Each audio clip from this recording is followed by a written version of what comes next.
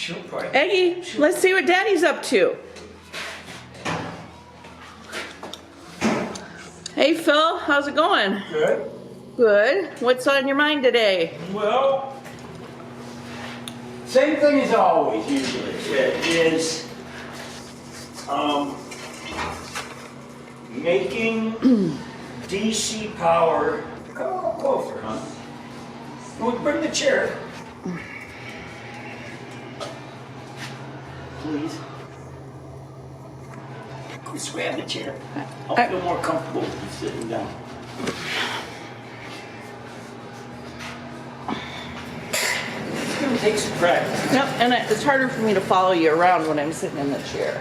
Okay, well, we're gonna sit here for a little while. And then Great. We'll go. Awesome. What's happening, Ribble? All right. Well, see, Liddy and I put this floor in. We put the heating system in here ourselves, and that brings us to a good, because that part wasn't complicated.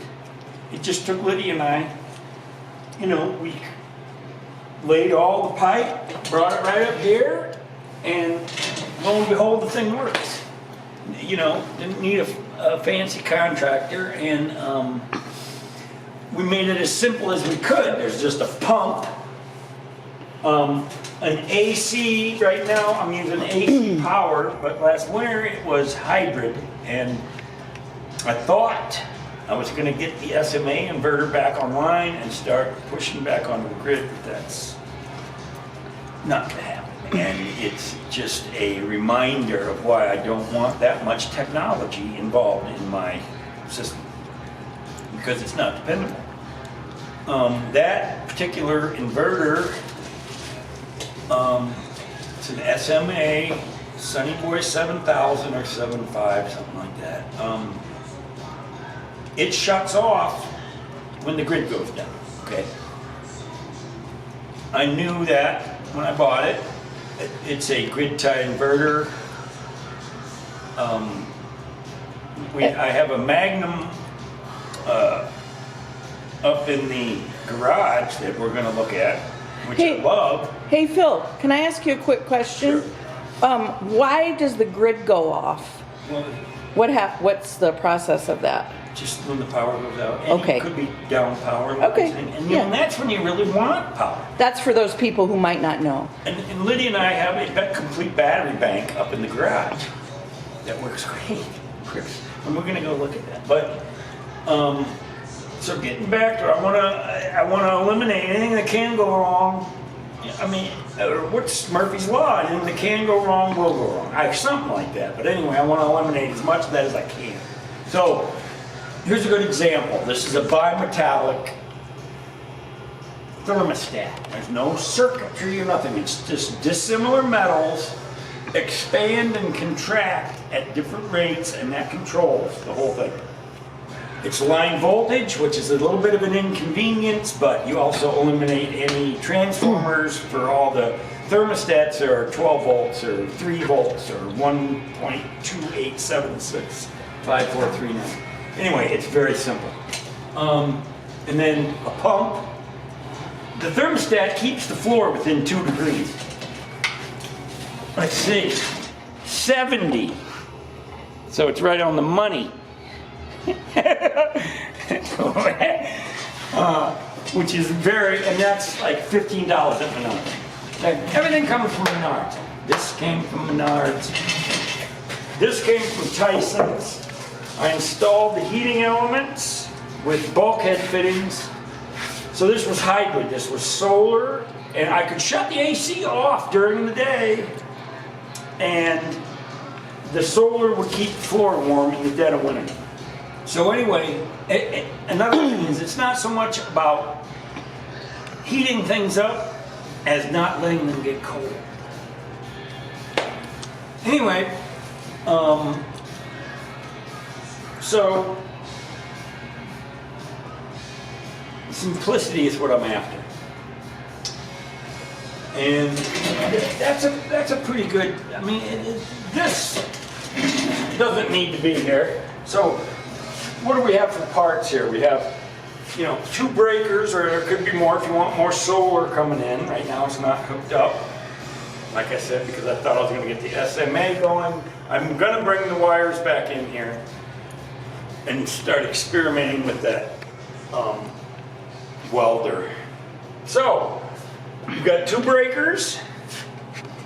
You can, so I will probably, they do make DC water heaters, and they make DC well pumps, they make DC water heater elements. I'm gonna come up with a DC air conditioning compressor. So anyway, we're gonna have a lot of DC because I have 20 panels in the back of the truck right now, and we have 26 on the roof, and we're gonna plaster this place with solar. So that's what you have. You have a thermostat, a pump, and a tank. And let's see, this says 77 degrees is the water temperature. According to my handy dandy little digital one, this says 72. So this could be, this and this will be hyper insulated. I mean, I'm talking, I don't know, 6 to 8 inches at least, all the way around that. I've done it before. I've got pictures on Photon film, which I haven't made public. That's a Facebook thing. So you can eliminate that thing, that contraption, and it's a pretty clean system. And you take the DC right out of it, because we haven't had this insulated until this last winter. I mean, just in the last month, we got this place insulated upstairs. So, once you get this floor heated up, or keep it from getting cold, which is, and that reminds me of something I wanted to talk about was my attitude towards power in general is, you know, anything is better than nothing. You don't have to quantify it, and anything you get is good. Any power you can get from the sun, right? It doesn't have to be measured, and it only is that anything is better than punching holes in the earth. I don't want to get all dramatic about it, but or coal, or nukes.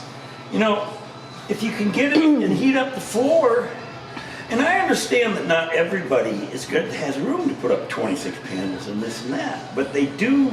There's a huge amount of potential in point of use solar. I mean, they make solar shingles, they make solar paint, the solar panels are becoming more efficient by the second. And so you could have a small area could make a DC water heater, a preheater. So, which, you know, do you feel like doing a little walk around? Sure, I'd love to. Well, let's go. Here's an example upstairs. Might want to turn the lights on. Yeah.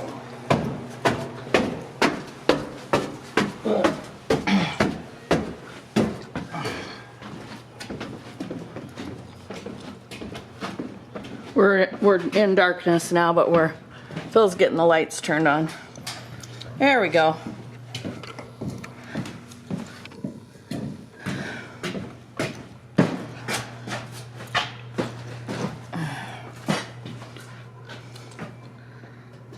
There we go. Now we can see him. Okay, so here is a point of use water heater. I love this thing, all right? This is for the hydro spa. Anyway, that's a nice design. Make sure you get that with the shower head. That is really cool. You can actually sit in the hydro spa with the shower running at the same time. It's very soothing.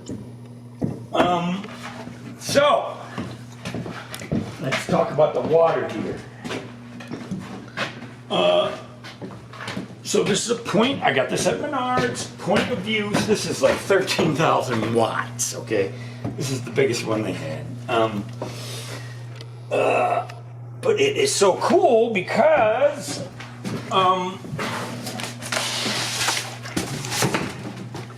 You'll get a shot of that, huh?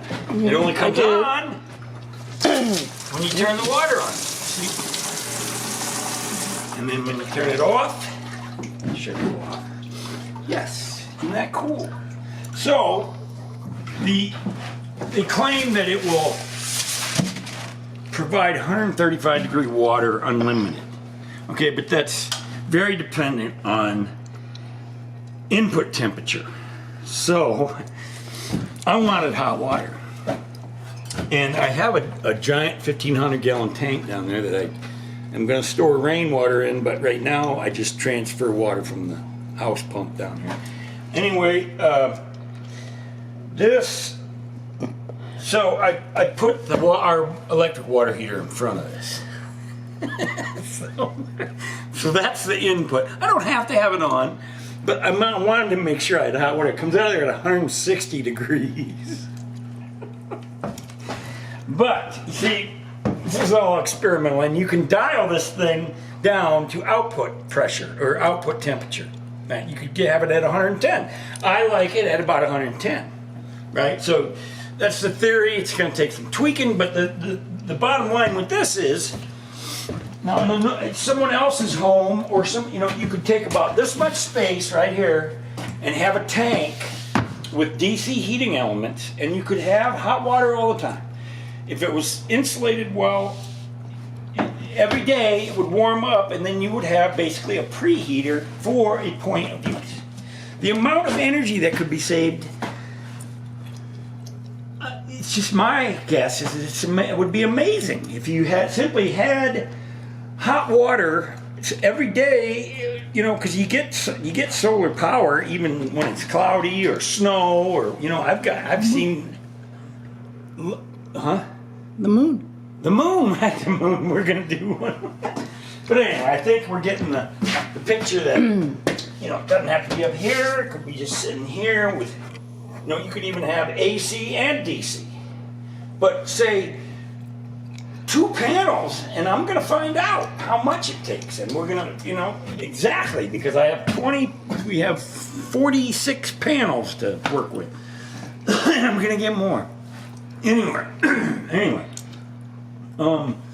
so that's just a great example of how things could be set up for DC preheaters.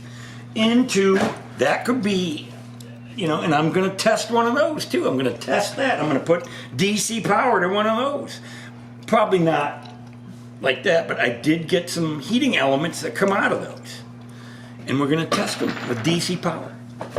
Because, and I understand that not everybody is going to be able to put up all these panels. People that live in the city, but the people that do have room might as well.